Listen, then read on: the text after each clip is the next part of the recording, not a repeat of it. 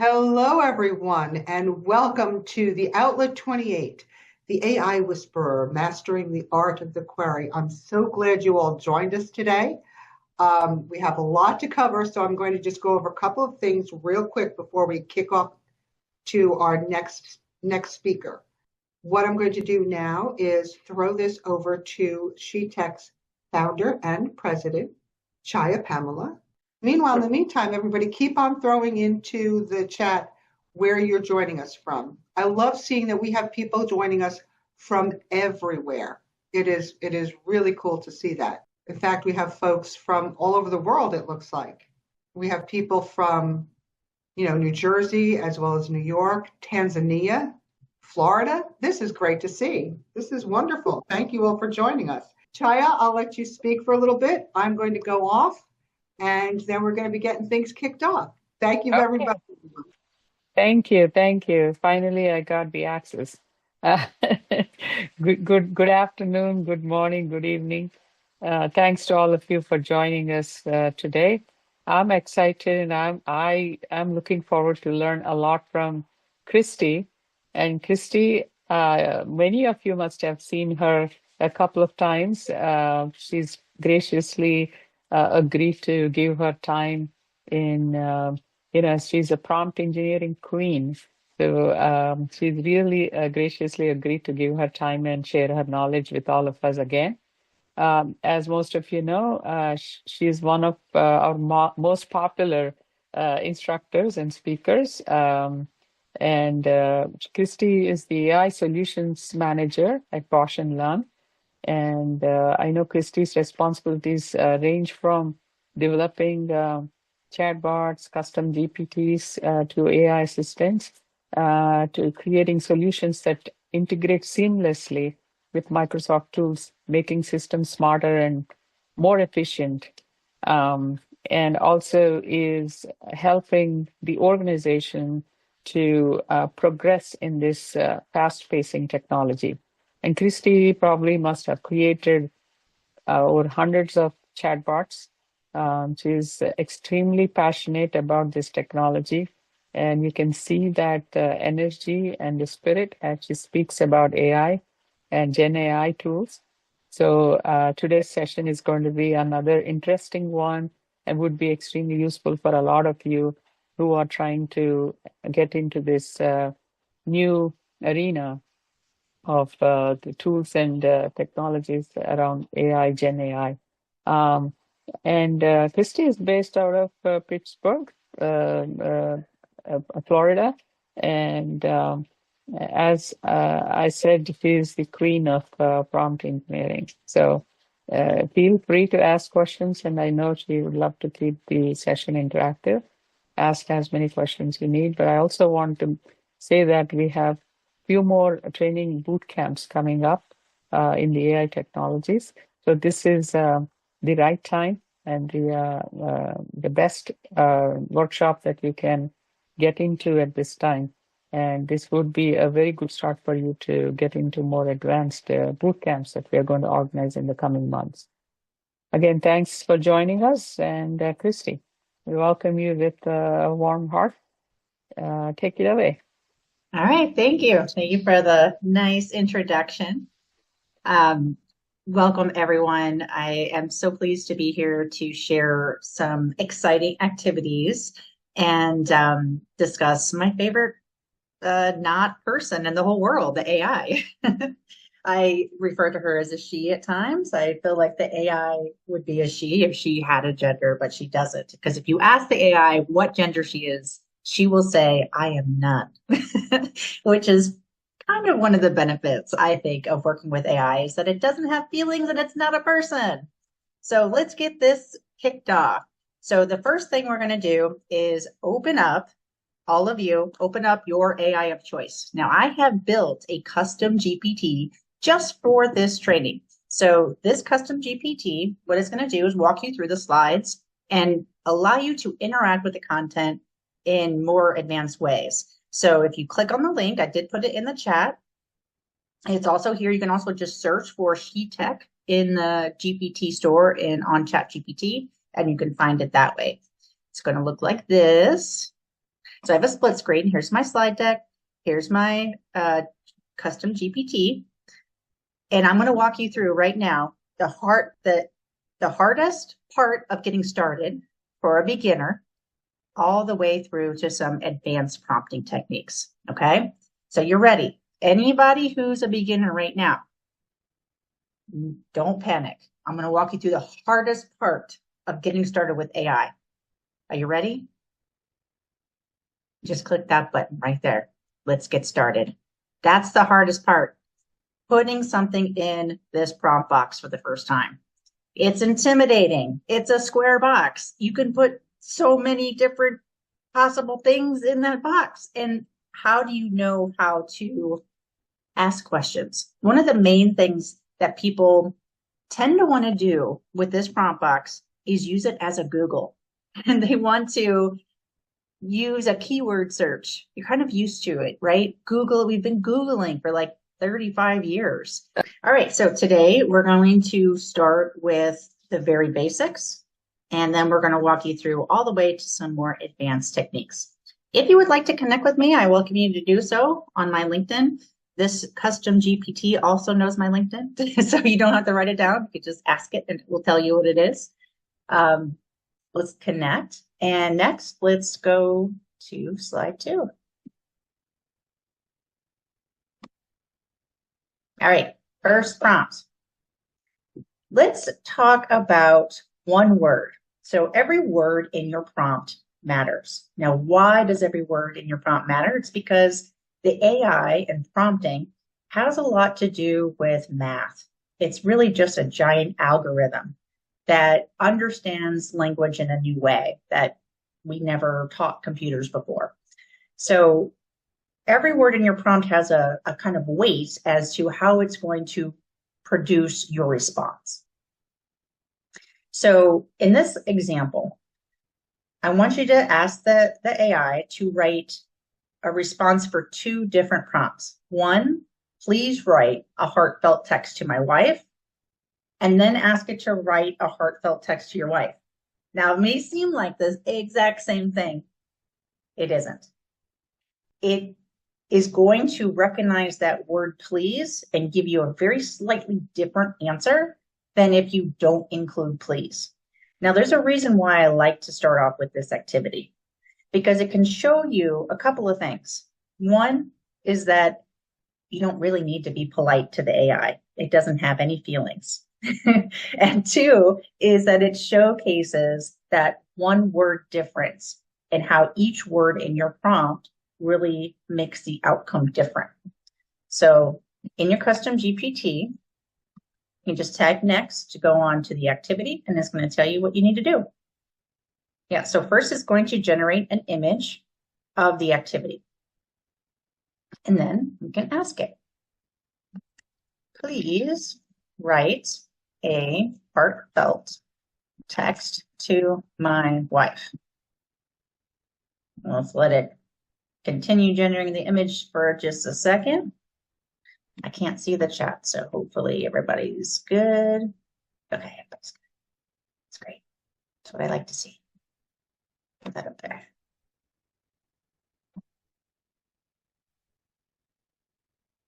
All right, so also, while we're waiting for this image to generate, let's think about different adjectives, how it might respond differently with different adjectives. Maybe you want to say, write a dismissive text to my wife versus write a persuasive text to my wife.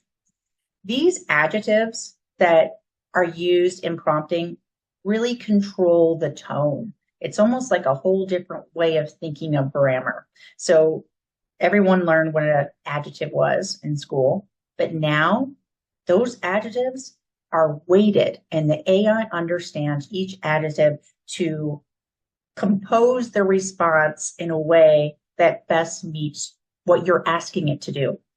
You know, one of the things I see that people do besides trying to Google in the prompt box is also not explaining themselves well. So you have to tell the AI what you want it to generate. It can't generate anything on its own. So you have to really think about, how am I wanting my message to come out? Like, how do I want it to sound?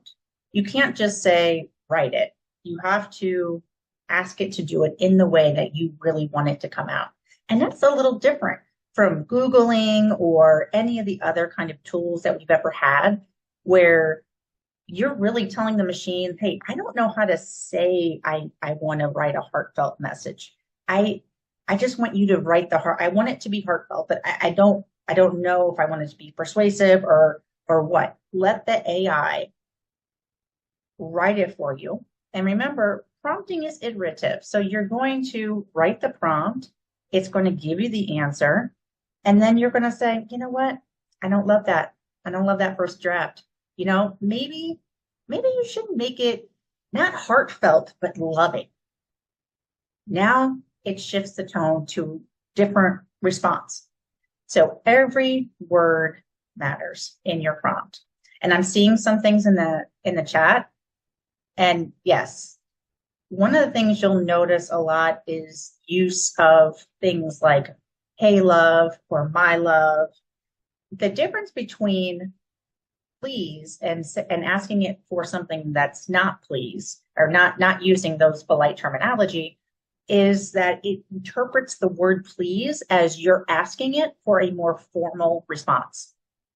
So I always say, skip the please, skip the thank you, unless you're intending for your response to come out formal. If you're writing a heartfelt text to your wife, you don't want it to be formal. You want it to be from the heart.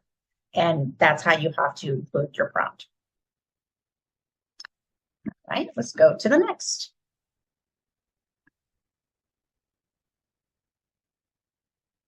All right.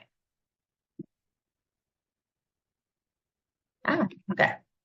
All right. There is a ton of research coming out about how AI can save you time. My favorite philosophy is, let's automate the boring stuff. Let's get rid of the boring stuff. I feel like this is where AI has the most value, is what is boring? What is things us humans don't want to do anymore? That's like data entry, writing email. I mean, how many of us spend our entire day writing emails? The AI can save, they estimate the AI saves about 15 minutes per summary or per email. Now, imagine you have 40 emails, let's say you're responding to in a day. If each one of those emails you were able to save 10 to 15 minutes, that's half your day right there, the AI saved. And let me clarify too, where the time savings is coming in is in the getting started part. So research has been done on where time is spent on a task. So there's tons of research out there, Harvard, MIT, a bunch of places. Where is time spent on tasks? And it's estimated that the first 25 minutes are spent just getting started on the task. And this is where AI comes in, because it can do that first 25 minutes of getting started work for you. That's where the time savings comes in. So you're not having to think about, okay, wait, I want to write an email and I need to start it with this salutation and I need to include this, and let me make sure my grammar is just right, and is my tone just right? All those pieces, all those seconds that you're spending trying to get it just right, the AI can do that in the first draft. Now, we're going to talk about how to make that first draft great, but just know you're going to draft things a lot. You're going to ask it to write things over and over and over again. That's part of the way it's going to help you learn also how to use it. So I'm a big fan of let the AI teach you itself on how to make the best prompts. The thing is, your brain and how you individually need information is so unique to you that it's really a matter of spending time with the AI with just a little bit of structure around trying to accomplish tasks, trying to do things, and letting the AI help you do it in the best way. And then once you get to that point where it's created the post or it's generating the meeting notes, whatever it is, just know you can always ask it, how can I make this better? Can you tell me 10 ways I might be able to make this better, or maybe 10 things I haven't thought about in this? Or, hey, can you just look everything up I've said and validate with citations that it's correct and accurate? That's where AI comes in. That's where it absolutely shines with automating the boring stuff. All right, so question to the chat. If you had to automate just one of these tasks for the entire company, which one would you choose and why? And go ahead and put it in your prompt. So these are the main use cases from what I've seen. Obviously, I work at Bausch and Lomb. That's only one company, but I've spent a lot of time working with businesses. And I can tell you, this is the main thing they're spending their time on is drafting emails, summarizing data, generating meeting notes, and creating these social media posts.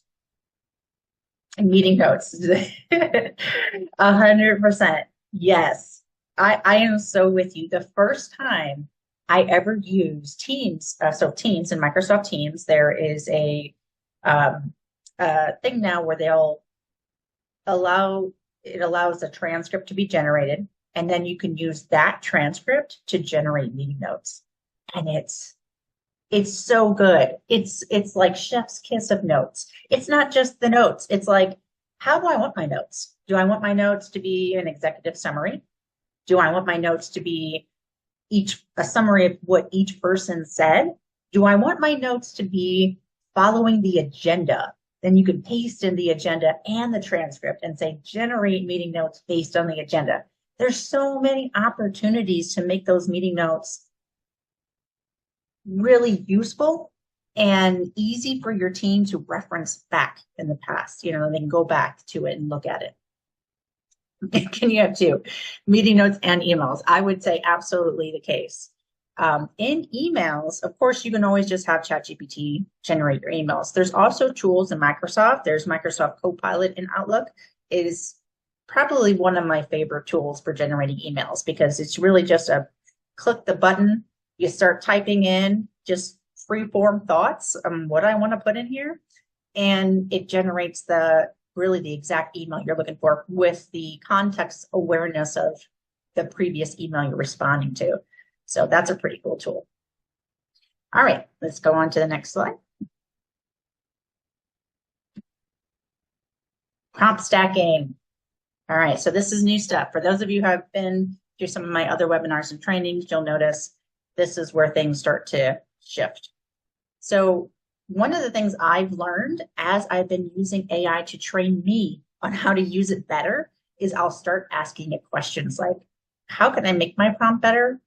What are some ways that I could structure my prompts? And this is some of the things it's just told me itself. So let's think of a prompt in terms of a stack. So if you've ever been online and you've been researching,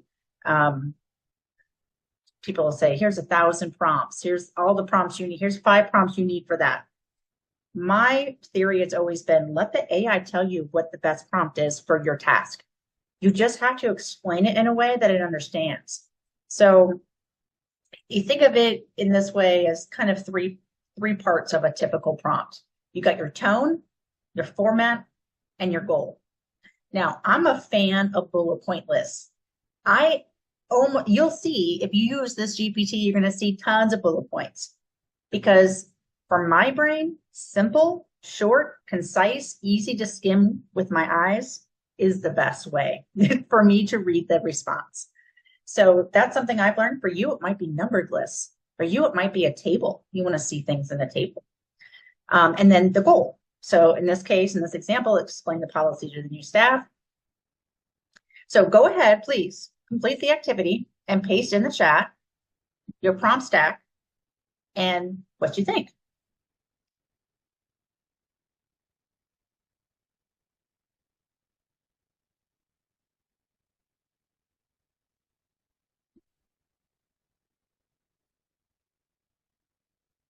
Some other options you have for format. I think people overlook format a lot when I'm working with new prompters. It's kind of hard to think about what you want the response to look like visually. And if you stop and ask yourself at the end of typing a prompt, wait a minute, how would I best like to see this back? Especially when you're working with large data sets or a large contract or something big, and you wanted to go and find information out of maybe the policy. In that case, sometimes it's better to just ask it for a table. It'll figure out what it thinks the table columns should be. It'll figure out what it thinks the rows should be on its own. And that first pass of whatever it's going to create in whatever format makes sense to your brain, you might look at it and say, that's crap, but that's a great idea. And then you'll tell it, no, I want the columns to be this, and I want the rows to be this in the table. So that's how you get there, because us humans, we don't think about all the possibilities like the AI does. And sometimes it's just a matter of asking it for a couple different types of formats before it's like, all right, that's actually great. That's actually exactly what I wanted it to come out as. So go ahead and place your prompt stack in there for anybody who is following along.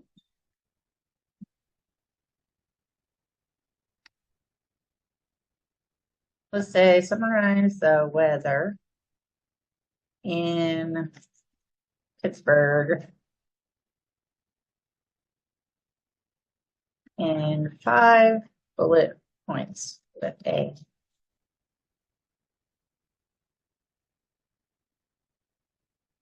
See what you got.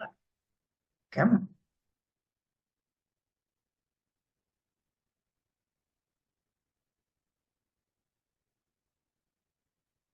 Here we go. Temperatures, skies, rain, yay. And you could see that it gave the bullet points.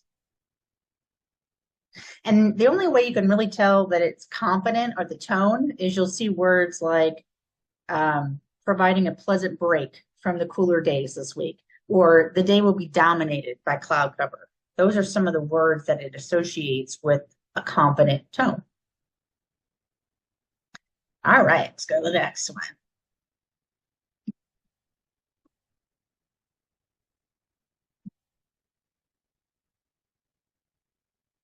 All right, so next is about details. Details matter because we are not Googling in the prompt box. The prompt box is for any details that you need to add, examples, sample documents. Maybe you have templates. All those are things that are useful for the AI to come up with the very best options. So you'll notice in schools, they'll say a lot to their students about how they can detect if their paper is AI generated. The only way a paper is ever really able to be detectable by any of those tools is when you use a very generic prompt. So if you were to use a prompt like, just write an email to my team, blah, blah, blah, it's going to write it very generically, and everybody's going to know that that email was generated. But if you say more details, and specifically including the tone that you want in that email, it's going to sound human. Also, you can always just ask the AI to sound human. Like, it's okay. You could just say, it doesn't sound human to me. Can you make it sound more human? The other personality that I use when I'm trying to make something sound good is I'll use a personality. So for example, Barack Obama is a very good orator of speeches. So if I'm writing something that I want an impactful statement that's easy to speak out loud, I think I'm going to have the AI generate in the voice of Barack Obama. And I'm going to experiment with different voices that way to make it sound even. All right, so let's write the email to your team about a new deadline. Add in details, action items, important dates, and paste your response in the chat.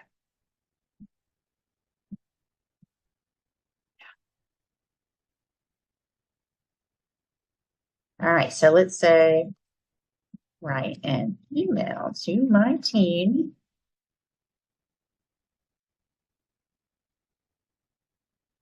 about the new leave policy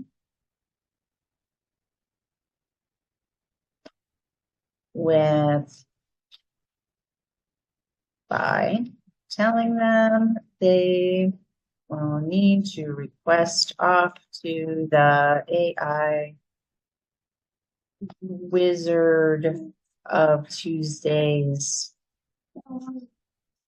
at, I don't know, timeoff.com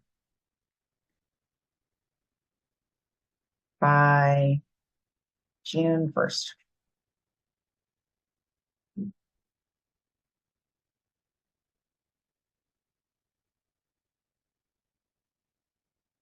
Now, any of these that you don't want in your actual email, remember, the first thing that the AI is going to do is just give you your first draft. That's all it's supposed to be doing here. So in this case, it's just giving you the first initial, hey team, we're rolling out the new policy. And then it's going to include emojis and other details as requested.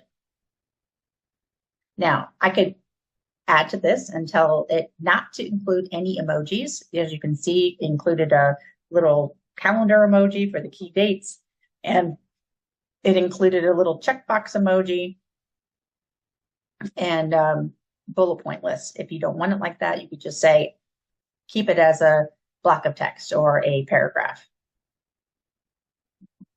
Oh, I see a question. In regards to resumes, what's the formula to hit ATS requirements and still have a unique tone?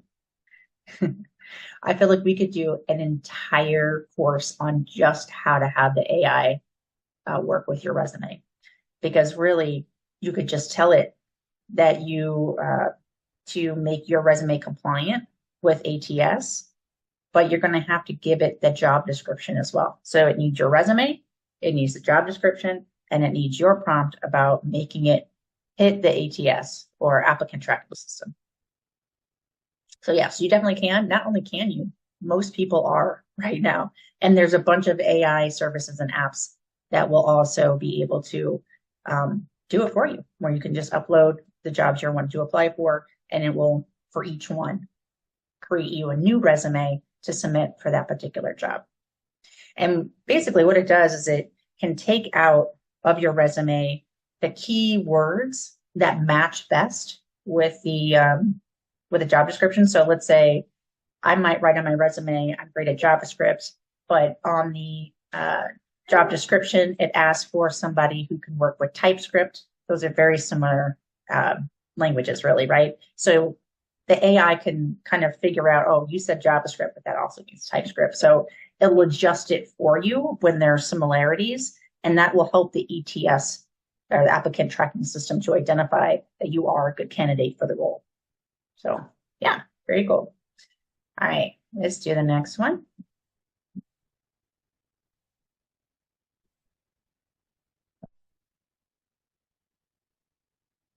All right, so we do have to talk about some limitations that the AI has. One of the main issues with AI is that it only has a certain context window. So it keeps getting bigger and bigger and more recent, but the AI does have a limit as to what it can see in a given conversation.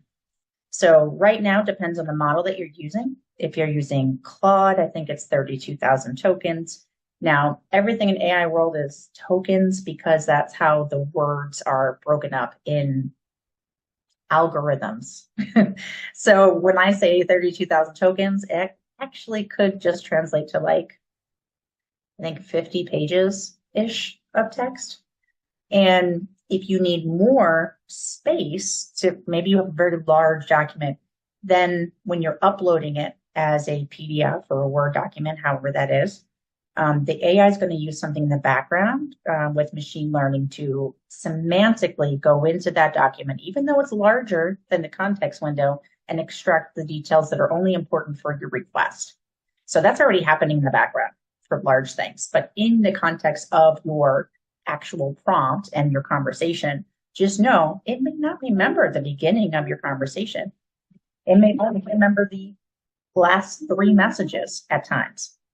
So this is why some people, they'll use the same conversation over and over and over and over again because they feel like they kind of have a good response coming out from the information that particular conversation has. For me, I open a new chat almost every single time I start. So it's definitely individual. For me, I don't want it to have the history. I want it brand new. I don't want it to remember yesterday I was asking it about this. I want it to be like, no, this is today. I'm brand new. It also has a knowledge cutoff. Every model is different. We now have knowledge cutoff dates in the newest 4.1 GPTs that are through, I think, June of 2024. So it's still old. So it still doesn't have up-to-date information. But that can be overcome by just asking it to search the web first. So the knowledge cutoff is it's an easy workaround, right? So if you're working with a model, let's say you're working with GPT-4 and it has the January of 2023 knowledge cutoff date. All you need to do if you had a prompt that required new information is say, hey, search the web first. So one of the things I do all the time with making my chatbots is I'll notice that the user interface that I'm dealing with is out of date. In other words, it's changed so much from the last time I opened that user interface to now that if I wanted to make any changes, the AI would need to look up the new differences and bring it back to help me figure it out. So you can always bring more context in. That's almost the easiest way to overcome some of these limitations is just say, go find that, bring it here, and then do the thing I need you to do based on that knowledge. So you could ask, like right now, who's the current president of the United States? And the AI is probably going to tell you Biden, depending on what model you're on. But if you say, search the web, then tell me who the current president of the United States is, it'll give you the right answer. So you'll notice some people online, and especially people in the AI community, they'll say things like, oh, the AI is so stupid, it doesn't know this, or it doesn't know that. And a lot of it is just user error, or us humans not quite understanding what the AI needs to know. But the AI keeps getting better and better and better and more recent with bigger and larger context windows that help us to analyze larger sums of data with better responses. All right, let's go to the next. And you'll notice I don't spell correctly in my AI. I never do. You know, she knows what I mean. When I say nest instead of next, she knows what I mean.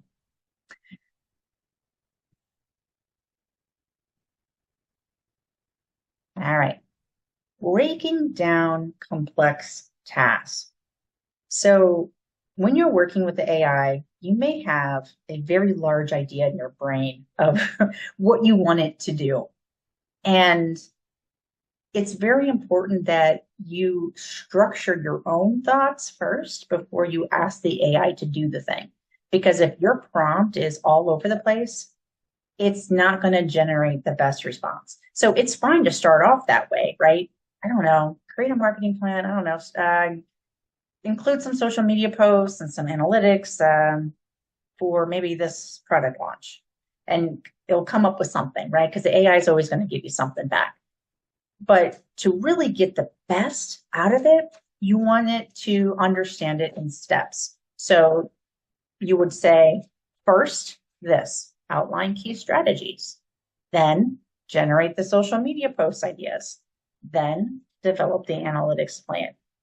So with AI, you oftentimes need to take a step back for a second before you actually ask the question of like, wait, what do I actually want it to do? Like if I was explaining this to a very challenged coworker, how would I explain it to them?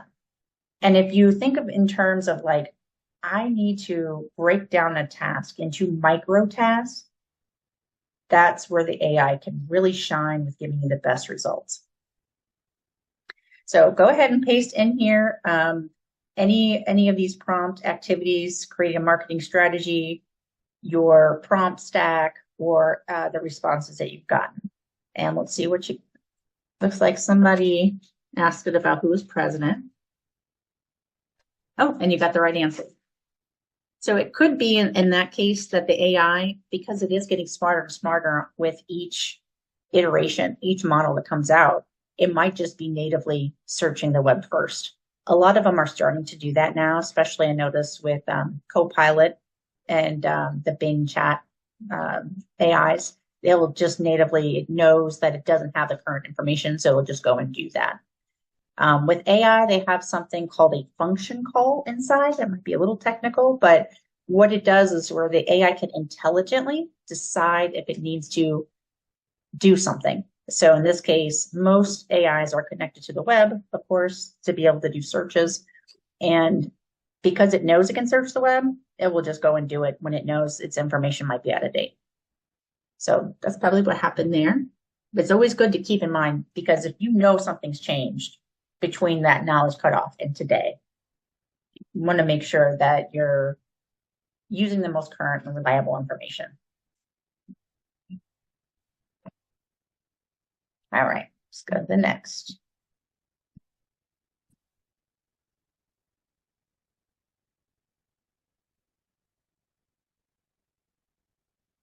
All right, so more and more hallucinations are becoming a thing that we really have to pay attention to, because the AI is always going to give you an answer. It wants to answer you. It wants to give you the best response, but it doesn't always have the information. So instead of just saying, I don't know, they'll never say that to you.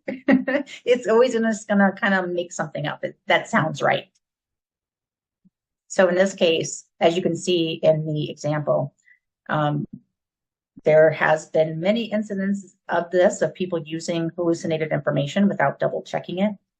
But let's just imagine the scenario. You're working on a big presentation, an elevator pitch for a big project. The deck looks perfect. It's beautiful. It's got the AI generated images in it. It's formatted to just perfection. But it has a name on there that doesn't exist. It pulls maybe information about a diploma that doesn't exist. Those are the kind of small details that us as the human askers of the prompt need to check and verify, because, man, how would you feel if you presented information that was inaccurate? So the moral of the story is, if you don't spot it, you're going to end up in a bad spot. So always be checking your answers. They call this human in the loop. If you've read anything that's going on about AI 2027 and some of the research that's being done, you'll notice that in the future, as we progress upon our AI landscape, the accuracy of the AI and its ability to present itself as the authority are going to increase. So basically, it's going to hallucinate so well that it sounds right. And that's the danger. So some of the techniques that you can use to make sure that your AI is not hallucinating is just asking it to check itself. That's one thing that I do. It takes a second to do. I take the response I'm using. I open up a new chat. I paste it into the new chat. And I say, can you check this for accuracy with citations? And I ask for the citations because I want to click on the citations. I want to make sure that it's connecting to correct information. And sometimes, even when you ask for citations, the AI will just give you some like junk. They'll just give you like example.com. I get that all the time. So being able to really pay attention to those hallucinations is key to using AI in the future. All right, let's go on next.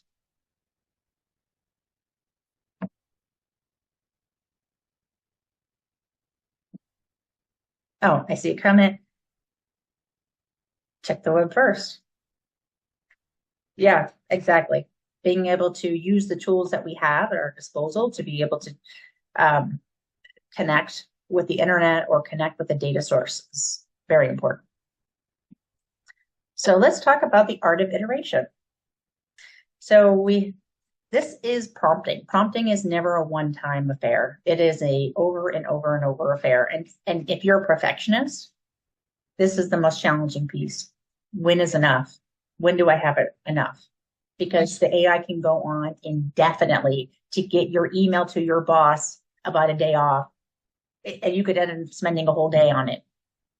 So there has to be a point where you iterate over it, but then decide this is enough. So example, let's have the AI help us suggest a fun weekend activity.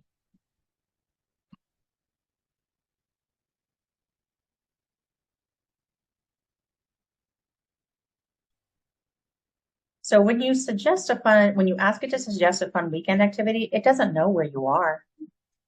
You have to tell it, where are you?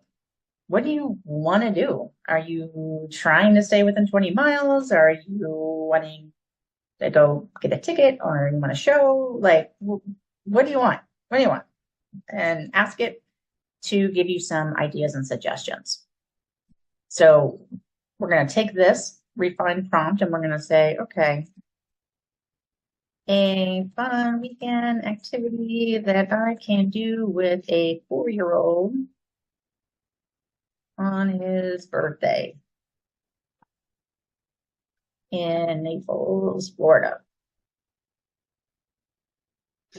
And now it's going to go through and it's going to sort, okay, what are some children activities? What about this age? What about the weather? What about, it's going to do the thinking. Here it goes, search in the web first. And I didn't even ask it to search the web this time. It's just starting to do it on its own. And this is a new thing where it's starting to bring forward these images. That's only been, I think, the last 2 weeks that it's starting to include images with the responses that it gives you.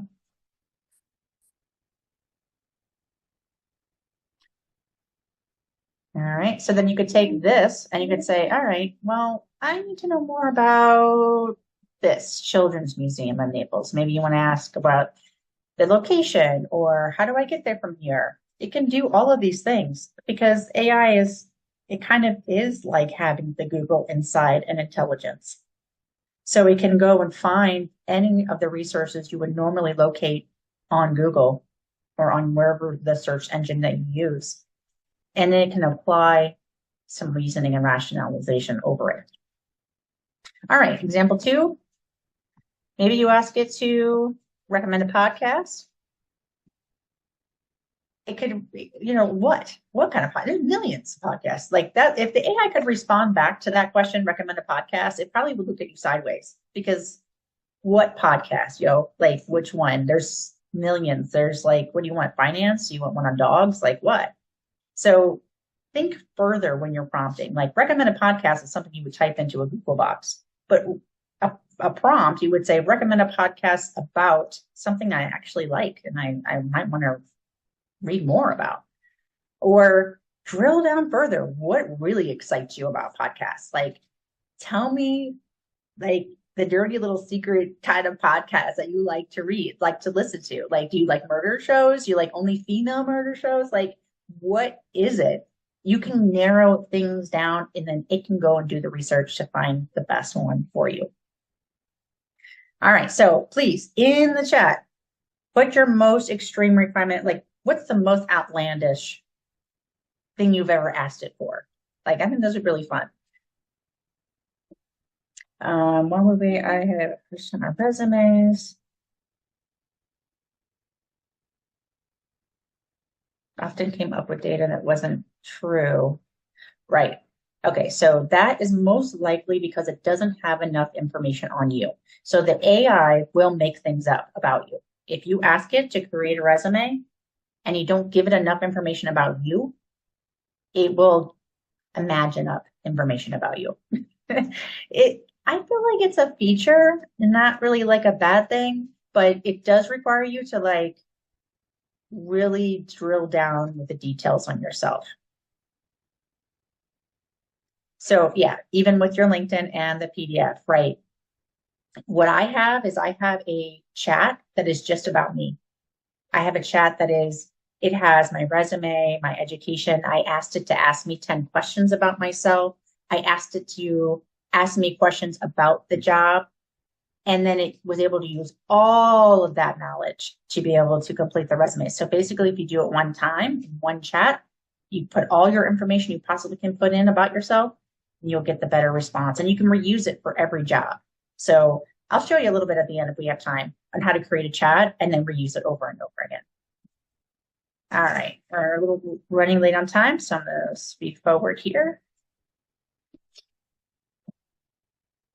All right, chain of thought prompting. All right, so the AI can go through a chain of thought just like we can. So think of what you want it to do. It's almost like prompt stacking, but when you want it to go through some kind of reasoning process. First, do this. Second, do that. Finally, do this. That's a chain of thought. That's what the AI is already going to try to do. Remember, you can ask it for its own chain of thought. You can ask it, hey, I want to do this, but tell me the answer and the response, how you came up with that answer. So especially you're uploading a spreadsheet or you're uploading a document somewhere. Just ask it to provide the citation of where it got the information in the document. That's another way of grounding the answers to make sure they're the most accurate that you can get. All right, let's spend a little time on this. This is important. You have to teach the AI who it is. I'll give you an example. I was on a call with some very smart people. I mean, I want to say these were probably the smartest people in AI and machine learning I have ever met in my life. And we were building a bot together. And the first draft of the bot came out and we were testing it. And it was answering the questions as if it was in a vacuum, as if it just had no knowledge of anything. And I said, does the AI know who it is? Does it know who it's supposed to be working for? And we looked at the prompt and we realized it didn't have a role. It's so important you tell it who it is for the answers to come out in the way that is correct for your audience. So whether you're telling it, act as a career coach or act as my manager, act as an investor, act as Warren Buffett and look at my investment portfolio. Who do you want it to, how should it be here? Like I call it ordering up your expert. If you've ever seen the movie Everything, Everywhere, All at Once, it's the concept of like calling up knowledge that you've had in a past life somewhere. Like imagine at some point you were an expert in the thing that you're doing right now. Who would you call up? What would your education level be? What job would you have? Giving it a role really sets the scene for it, and it can provide you this kind of grounded response that is just fire. So here's your task. Write a performance review. I wouldn't say most, I would say a lot of managers are using AI to write performance reviews right now. I think it's better, actually. I've had a lot of performance reviews. I've written tons of performance reviews, but when the AI writes a performance review, it's gets you where you're going, and it's also nice and accepted by the person trying to give the performance review to. So you can think of it as maybe you want to be a kind mentor, a CEO, or even just a fictional character. And being able to prime the AI with that role first to say, hey, act as this, then do this, and here's the data. Oh, you're just on the money. All right, so let's see what's in the chat. Yeah. Asking it for recommendations based on the books you've read. Now think of using a book to help you solve a problem. And I'll give you an example. My mom is writing a book right now for fun, just for fun. It's a sci-fi book. And I told her, I said, Mom, when you get started with this, and she's very new to AI too, she's 61. And I said, you first need to write an outline of the book. I said, try this. I said, ask the AI to write an outline of the book in terms of this other book, which is called Save the Cat. It's a book about how to create really well-written plot lines in like fiction narratives. So I told her to use that and it came through as just this beautiful, easy to follow plot line script outline for her novel. And she was able to just take it chapter by chapter by chapter to be able to get the really good result in a good plot line. So hopefully that's helpful to you. Let's see what else we got. Sorry, my thing doesn't want to work. How can AI help creating SEO written content for your business website? Okay, so here's the thing. We are changing from SEO dominated content to AI optimized content. And that's a challenge because there's no playbook for that. We really don't know. There's like thousands of things written on how to make things SEO or search engine optimized. Now you've got billions of people using AI as their Google. So having it optimized for search engines does nothing for your business. Now, here's what I would suggest. Let the AI help you figure out how to optimize your site with your content for the AI. Iterate over it. Spend hour iterating over, here's my site, here's my business, here's what I'm trying to accomplish, here's my audience I'm trying to tap.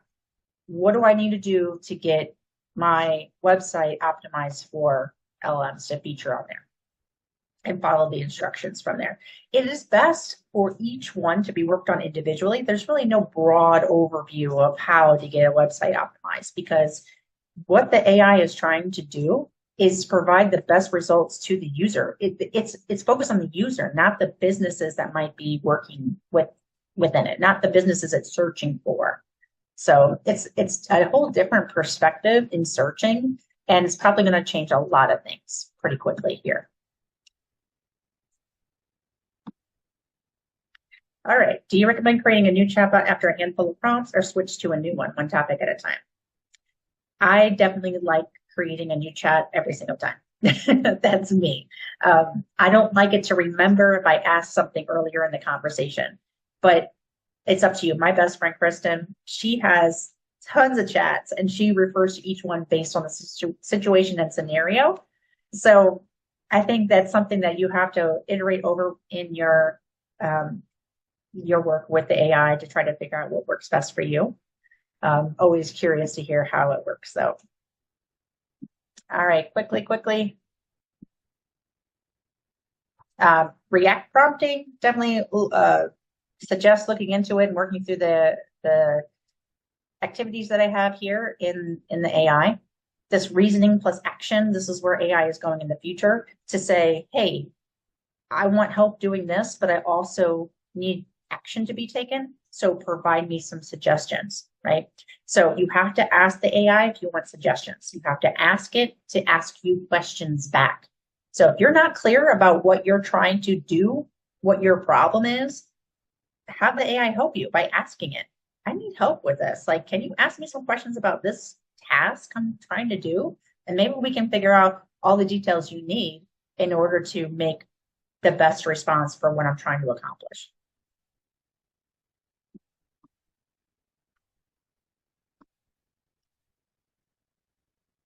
Yes, the AI link will continue to be active after this. It's just a custom GPT that I built. You can definitely create custom GPTs if you have a Plus account on ChatGPT. And in the closing remarks here, I'll just say there are lots of use cases. I've identified a couple of like beginner use cases versus advanced use cases. We're at the point now in AI development where we're starting to see kind of bucketed use cases where people are using AI to do a thing over and over again. And these are the kind of use cases that are coming, kind of bubbling up to the forefront, like using it for career development, as many people said, content, meal planning, travel. These are the kind of things. I have a beginner use case, an advanced use case, so screenshot it if you'd like. And anyway, thank you all. I wish you the best on your AI journey going forward. Definitely connect with me over LinkedIn and have a great day. Hey, everyone. Thank you for joining us today. And thank you so much, Chrysti. You've been amazing as always. Just be careful. We may wind up asking you to do that resume an AI webinar one of these days. I see that there's still a few folks going in the chat. Just keep in mind that this is going to be recorded and we will be sharing it out to everybody. So you'll be good to go with that. You'll get to see it again. You can keep practicing your chats in that link you have. And just a few quick things about SheTek, who brought us all here together today. My computer will behave itself. It's been chatting all while we've been practicing this. SheTek has a lot of programs coming up. As Chaya mentioned at the beginning of the show, we've got some training coming up. We've got technical boot camps that we're going to be doing, and we always have these webinars going, usually every month or so. So stay tuned, stay connected, join us in the SheTek community, follow us on social media in the various LinkedIn, Instagram, Facebook. Well, we have Twitter here, but it's now called X or whatever it is. And make sure to come to our community, and hopefully we will see you at our next webinar. Thank you, everyone, for joining us.